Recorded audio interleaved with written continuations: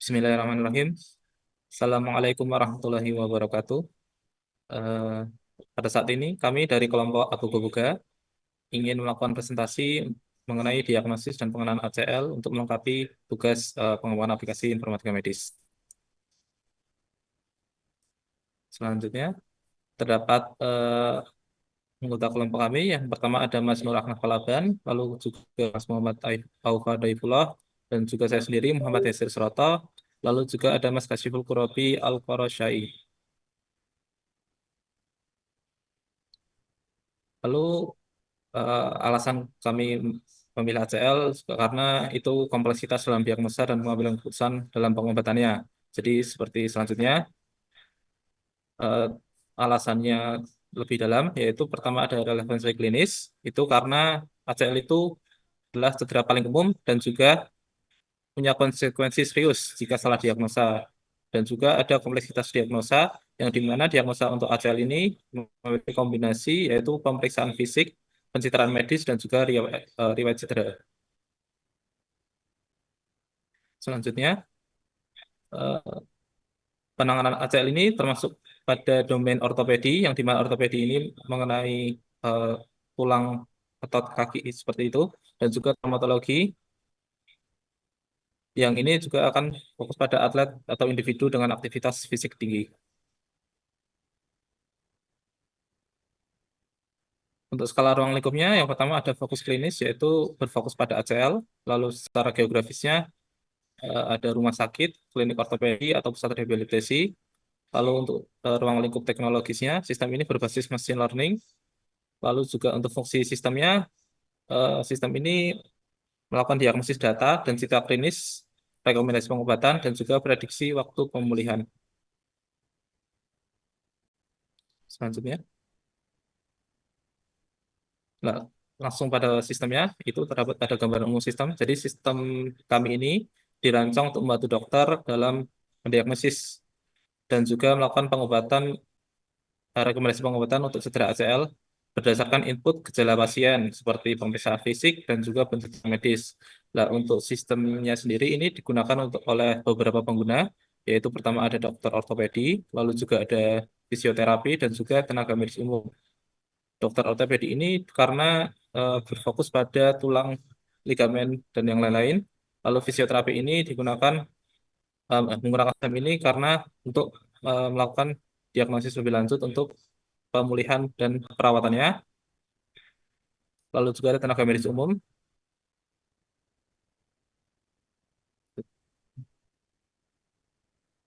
Lalu selanjutnya ada komponen utama sistem. Yang pertama ada antar muka pengguna, yaitu form input untuk pasien dan juga dokter untuk masukkan data. Lalu juga ada mesin intervensi, yang dimana ini untuk mengolah data pasien menggunakan basis pengetahuan sehingga menghasilkan diagnosis dan rekomendasi pengobatan yang dibutuhkan. Lalu juga komponennya terhadap basis data, itu untuk menyimpan data pasien, hasil diagnosis, riwayat pengobatan, juga rencana pemulihannya. Lalu yang terakhir ada ekspor laporan. Jadi fitur ini bisa menghasilkan laporan dalam format PDF yang dapat dicetak atau dibagikan sehingga dapat ditindaklanjuti dengan lebih mudah dengan adanya laporan ini.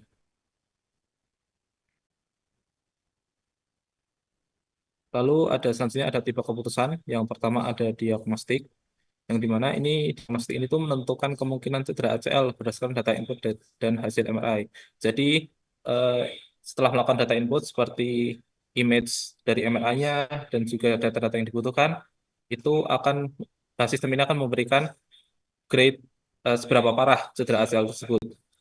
Lalu selanjutnya ada rekomendasi pengobatan, yang dimana eh, sistem ini akan memberikan rekomendasi apakah pasien memerlukan operasi rekonstruksi ACL atau fisioterapi intensif dan juga atau terapi konservatif. Lalu terakhir ada rencana pemulihan. Nah, pada ini sistem akan memberikan tahap perencanaan supaya pasien dapat mendapatkan pemulihan yang lebih efektif dan lebih baik.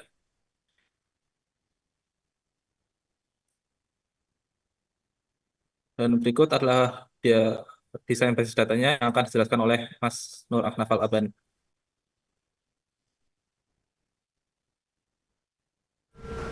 Baik, baik, terima kasih Mas Yasir atas kesempatannya. Jadi di sini ada 5 tabel untuk basis datanya sendiri. Yang jadi fokus utama adalah tabel hasil diagnosis, di mana tabel hasil diagnosis ini nantinya akan dibuat untuk menyimpan output dari sistem mengambilkan keputusan itu sendiri. Di sini ada ID pasien untuk mengambil eh, data-data terkait pasien, yang mana dalam konteks ini adalah umur, ya di mana nanti adalah digunakan untuk sebagai fitur untuk mengambil keputusan. Kemudian ada diagnosis akhir, tingkat keparahan, lokasi robekan, dan sebagainya. Kemudian ada rencana pemilihan 1, 2, dan 3. Untuk yang lain di sini adalah sebagai pelengkap sistem seperti pasien, data pasien yang nantinya akan diisi oleh tenaga medis umum, kemudian pencetakan medis untuk menyimpan gambar MRI dan pemeriksaan fisik untuk menyimpan hasil pemeriksaan fisik yang dilakukan oleh tenaga medis umum juga. Kemudian untuk selanjutnya di sini ada sistem kami berbasis pengetahuan menggunakan rule based reasoning, di mana ini untuk membuat sebuah laporan yang tadi sudah dijelaskan oleh Mas Yasir. Selain itu juga sistem kami juga terdapat model image processing untuk menganalisis hasil MRI, yang mana nanti outputnya itu adalah diagnosis akhir seperti rekomendasi pengobatan, apa yang dimana dari MRI tersebut itu lutut dari pasien itu akan uh, dokter akan dapat mengetahui tingkat keparahan dari penyakit pasien tersebut atau ACL tersebut. Nah, kemudian di sini ada rule base-nya atau aturan diagnosis ACL. Di sini terdapat jika makanya seperti Lachman test grade 1 dan pivot shift testnya negatif, maka akan didiagnosa cedera ringan atau renggangan ligamen dan seterusnya. Mungkin bisa dibaca ya. Oke. Kemudian untuk aturan rekomendasi pengobatan, jadi selain untuk mendiagnosa, jadi kami juga memberikan aturan untuk memberikan rekomendasi pengobatan. Di sini terdapat variabel-variabel seperti rubikan total ACL, kemudian jika usianya kurang dari 40, maka rekomendasinya adalah operasi rekonstruksi ACL. Kemudian jika ada rekomendasi parsial ACL dengan lokasi rubikan di proksimal, maka rekomendasinya menggunakan fisioterapi intensif dengan fokus pada stabilisasi lutut dan lain sebagainya, sampai yang terakhir di sini adalah rekomendasi untuk cedera paling parah, yaitu MRI menunjukkan komplikasi tambahan seperti bone bruise atau efusi sendi, yang mana ini didapatkan dari model processing image seperti itu, yang mana rekomendasi pengobatannya adalah istirahat total hingga pembengkakan berkurang. Kemudian yang di sini terakhir ada aturan untuk rencana pemulihan. Jadi selain diagnosa dan juga rekomendasi pengobatan, kami juga menyediakan output untuk memberikan rencana pemulihan. Di sini ada 3 tahap. Tahap pertama adalah pemulihan awal. Jadi jika pembengkakan dan nyerinya lebih dari 5, yang mana itu adalah didapatkan dari input pengguna yang nanti akan dijelaskan oleh Mas Kasiful di bagian prototype, nanti rencananya akan dilakukan istirahat total, kompres es, dan obat antiinflamasi. Di sini juga bisa dibaca yang diagnosa kedua adalah pembengkakan dan nyeri kurang dari sama dengan 5. Seperti itu. Kemudian untuk aturan rencana pemulihan yang tahap kedua, di sini ada ketidakstabilan lebih dari 5, maka akan dilakukan latihan stabilitas lutut dan mulai pemulihan fungsi. Kemudian ketidakstabilan kurang dari sama dengan 5, maka akan dilakukan latihan fungsi lebih intensif.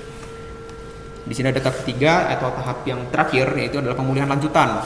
Di sini berdasarkan diagnosis akhir, yang mana diagnosis akhir ini diperoleh dari hasil MRI yang sudah diinputkan oleh dokter. Di mana diagnosanya ini adalah robekan total ACL, maka rencananya fisioterapi lanjutan dan program khusus untuk penguatan otot. Kemudian ada robekan parsial ACL, yang dimana rencananya di sini adalah latihan pemulihan fungsi penuh. Kemudian yang terakhir ada cedera ringan atau regangan ligamen, yang nanti rencananya adalah latihan stabilitas ringan dan pencegahan cedera ulang. Nah, ini semua untuk mencegah resiko human error yang dilakukan oleh dokter. Untuk selanjutnya, di sini ada basis pengetahuan yang nantinya akan dijelaskan oleh teman saya, Mas Aufa Daifwo. Oke, Oke, terima terima kasih kasih Mas Mas Aban. Aban. Baik, saya Baik, saya akan akan melanjutkan melanjutkan. untuk desain basis pengetahuan MRI tadi. Baik, saya akan membantu memberikan struktur penjelasan untuk presentasi basis pengetahuan sistem diagnosis ACL yang udah dibuat di sini. Em, Jadi yang pertama itu pengenalan struktur data. Di dalam basis pengetahuan sistem kami itu terdapat 8 komponen yang saling terhubung. Jadi kita mulai dari data pasien sebagai pusatnya. Yang kedua, kelas pasien menyimpan semua informasi dasar seperti ID, nama, usia, dan riwayat medis.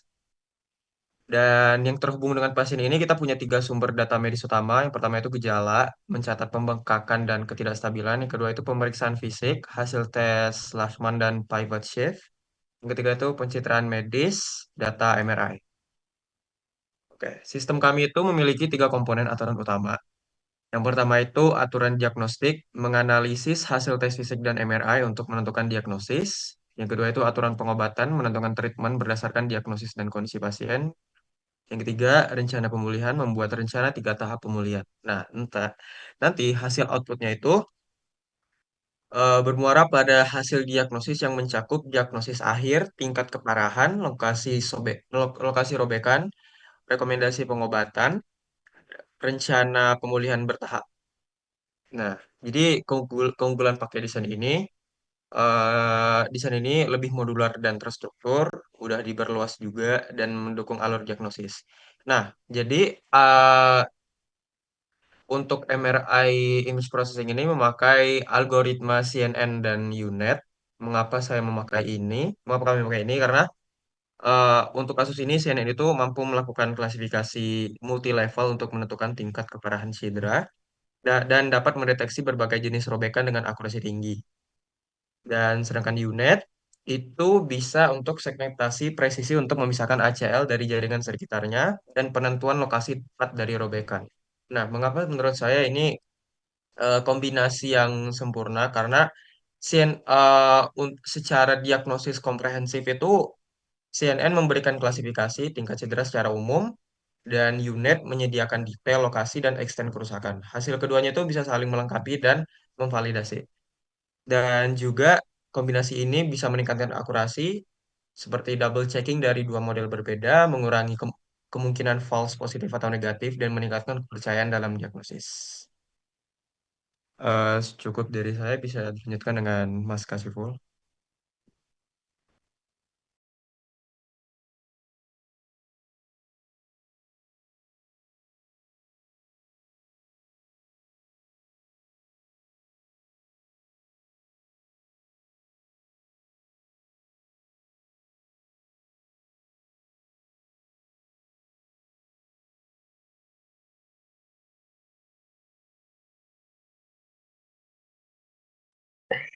Ya maaf, sekarang saya akan menjelaskan alur dari prototipe kami. Yang pertama ini ada dashboard.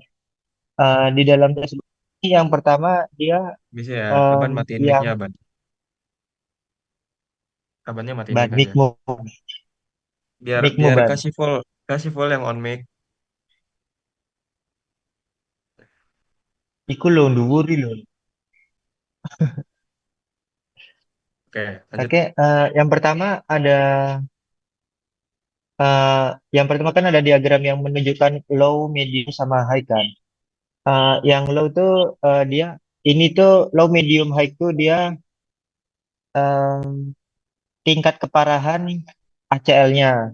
Dan yang kedua ada persebaran ACL di tiap negara. Dan yang ketiga ada bar chart. Ini perbandingan antara pasien ACL yang melakukan operasi sama yang melakukan perawatan konservatif dan sembuh. Oke, yang selanjutnya untuk data pasien sendiri ini eh, data pasien yang per- sedang ditangani oleh dokter yang menangani tersebut. Oke, lanjut. Nah, sebelum melakukan diagnosa, dokter akan melakukan inputan terlebih dahulu. Yang pertama, dokter akan melakukan Lanchman test terlebih dahulu. Dari yang sudah dijelaskan tadi, ada skala Lanchman test sendiri. Terus, dokter juga akan melakukan input umur pasien, dan pivot shift testnya. Selain itu, dokter juga akan melakukan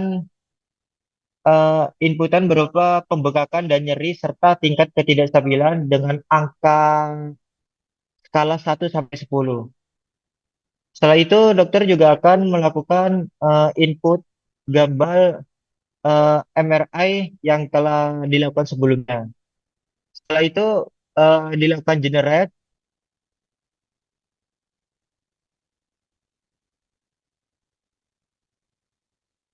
Nah, setelah melakukan generate, sistem akan melampirkan laporan dari hasil yang diinputkan oleh dokter tersebut dan laporan ini juga bisa diekspor ke PDF.